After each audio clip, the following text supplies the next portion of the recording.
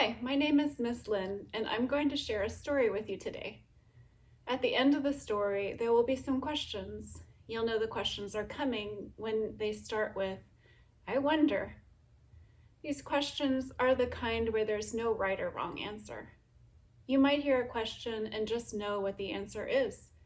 There might be another question that you have many answers to, and there might be a question that you don't have any answers to at all. Or maybe you don't even understand the question. And all of that is okay. You can just say as many or as few answers as you have. If you're watching with someone else, you might even have different answers than the other person has, and that's okay too. So, let's get ourselves ready to enter the story. On the sixth Sunday in the season of Easter, we remember how the disciples returned to Jerusalem. They gathered again in their room, and Jesus was there.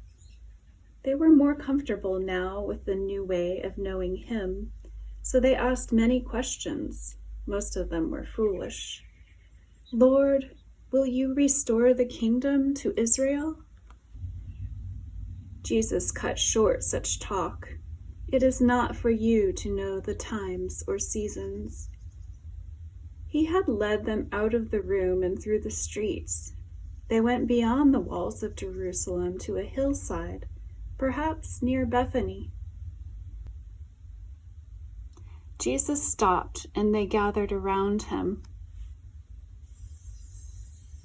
He lifted up his hands, looking at each one, and blessed them.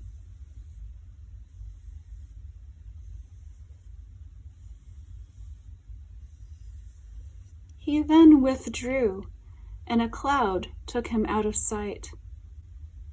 The disciples stood looking into the sky until someone said, "Why are you looking up into the sky?"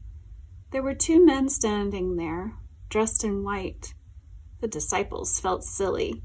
What were they doing looking up into the sky for what they could no longer see? The strangers then answered their own question. This was Jesus.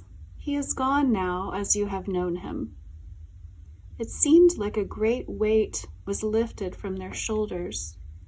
The disciples turned and walked back to Jerusalem. Now they had to wait. What was this Holy Spirit he said was coming? How would they know it when it arrived? They waited and waited.